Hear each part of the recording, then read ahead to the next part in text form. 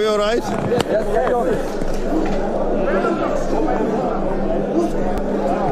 First and foremost, I want to thank our team of lawyers. As we know, we are a team of nearly 50 lawyers, and we have been working very hard for the last 14 days, this being the final day. Secondly, we want to thank our clients, the petitioner number 1, Raila Odinga, petitioner number 2, Martha Karua, and other eminent persons in this team, including Senior Counsel Stephen Kalonzo Musyoka, for having their trust and confidence in this team of lawyers to prosecute their case in petition number 5, which has been consolidated with other petitions, and put their case before the Supreme Court. I want to say without a fear of contradiction that we do not agree with the decision of the Supreme Court. Like Al Gore, I will say we accept the decision, but we do not agree with it. And I am saying this as a seasoned practitioner that courts sometimes make mistakes which have to be corrected over time. Courts make political decisions. As you know, in the United States of America, there has been a long-standing case that has been held as universal truth of jurisprudence involving women's rights, Roe versus Wade. It took them 50 years to overturn that case because of a Republican Congress and a Republican president and a Supreme Court that was basically appointed by Republicans. And therefore, I want to say, yes, in accordance with the law, we got to accept this decision as the law of the land. But I think it is a very ideological decision.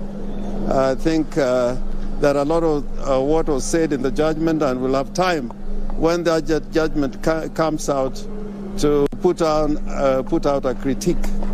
But all it means is that in our jurisprudence, the petitioners will always have a big burden to carry when you have an electoral commission which is not open and transparent. The best way for this court to have made a decision was with the servers to be fully opened and all the election materials be placed before the court, as would happen in a case where justice has to be rendered. As you know, and I am saying this again without fear of contradiction, we wanted a comprehensive audit of not only the technology that was applied by the Electoral Commission, but we wanted a proper audit. Although time was of the essence, but I think we had sufficient time to carry out a proper audit, including looking at the issue of the foreign intruders, the Venezuelans, which you'd notice the court avoided in making any comment about those intrusions and invasions of the system, the technology, the IT structure. That again, the court did not refer to, but probably in the judgment, the recent judgment that is coming on the 21st, they will say something about it. And therefore, I want to end by saying the rule of law should prevail. The court normally has the last word in making a statement as to what is the law of the land. But as citizens who are sovereign, we're entitled to disagree, and disagree very vehemently. I think the court, in conducting the proceedings during the hearing, I think they were patient. They listened to us. It is only the outcome that we do not agree with. Finally, I think our clients, the two petitioners, Raila Odinga and Martha Karua may be addressing another press conference, but we are happy to talk to you on this issue. And a watertight case, but we saw them talking about forgeries and wild goose chase. Did that surprise you? No, I mean forgeries. When the DCI, the Director of Criminal Investigations, what we put before the court, a lot of it was from an agency of government.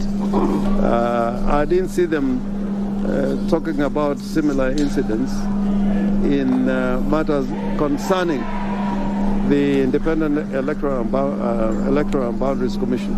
That's why I was saying it was a little ideological.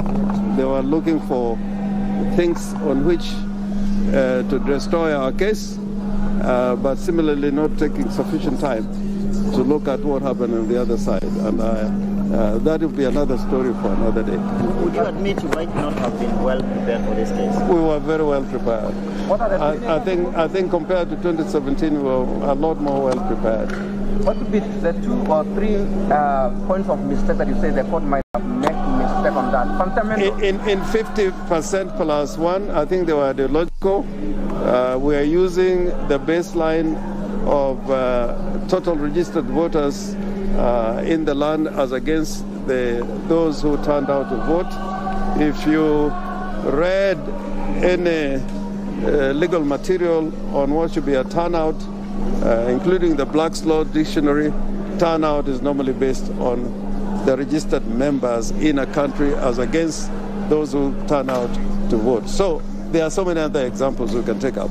Given you lost on all grounds? Yeah? On all the key 8 issues you lost? The issues that the court formulated, but we're quite happy to live with it and talk about it another time. Philip, you want to say something? Just on the idea that we lost on all 8-9 points, we find it incredible that that could be the holding of the court. Adduced before the court how engaged even the justices were. So I found it rather odd for them to describe it as hot air. I think that's why I'm saying this is ideological, because they would have said on the evidence presented, we find there was more weight as to the evidence which was adduced by the other side.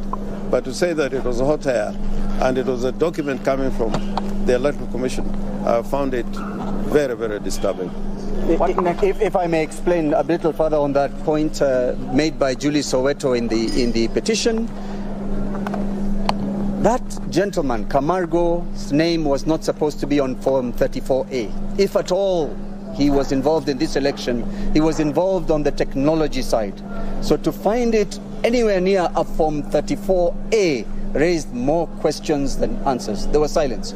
And of course, on the issue of the famous 34A that Julie was describing, it was found to have been signed by the agents of UDA and UDM on the 7th, which is before the elections. No mention was made of that. So many things, many questions, perhaps more questions than answers, but it is the decision of the court. They have to live with it just as we have. Is that all? Thank you. Agenda, may want to say something.